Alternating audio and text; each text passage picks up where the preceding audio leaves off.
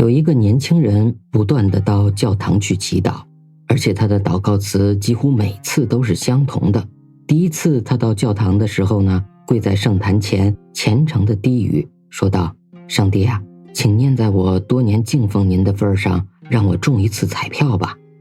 几天以后呢，他又垂头丧气地回到教堂，同样跪着祈祷，重复着他的祷告语，如此周而复始，不间断地祈求着。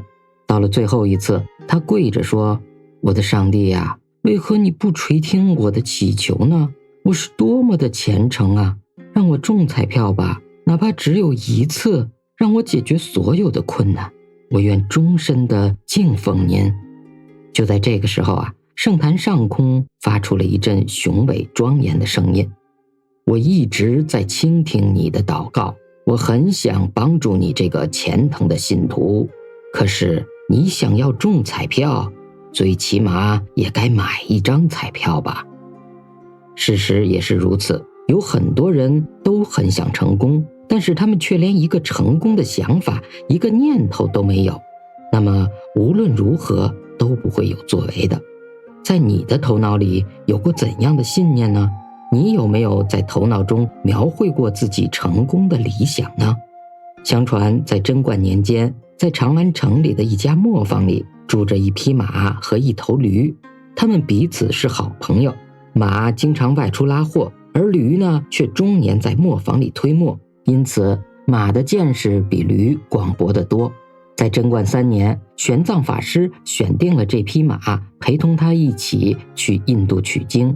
作为朋友，驴呢很为马担心他会死在这上万里的路程中，而马却很珍惜这个机会，认为即便是死在路上，那也没有虚度此生。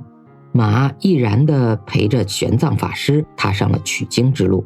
10几年后，这匹马驮着佛经与玄奘法师回到了长安。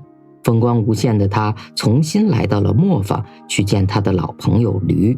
老马兴致勃勃地谈起了这次旅途的经历。他与玄奘共同走过了浩瀚无边的沙漠，穿越了耸入云端的山岭，穿越了终年积雪的冰川，爬过了传说中的火焰山。驴听了之后呢，极为的惊异。驴惊叹道：你有这么多丰富的见闻呐，那么遥远的道路，我连想都不敢想。老马说：其实我们这些年所走过的距离是相等的，只是我们奔着一个更为远大的目标前进，而你却将自己困在了这狭窄的磨盘前。所以我们取得了人们都羡慕且称道的成功，而你呢，却始终蒙着眼睛裹足不前，所以永远也走不出这狭窄的空间。杰出的人士与平庸之辈最根本的差别，并不在于天赋，也不在于机遇，而是在于有无人生目标。好了，今天的分享就到这里。如果您喜欢的话，欢迎订阅、评论和转发。我们下次再见。感恩。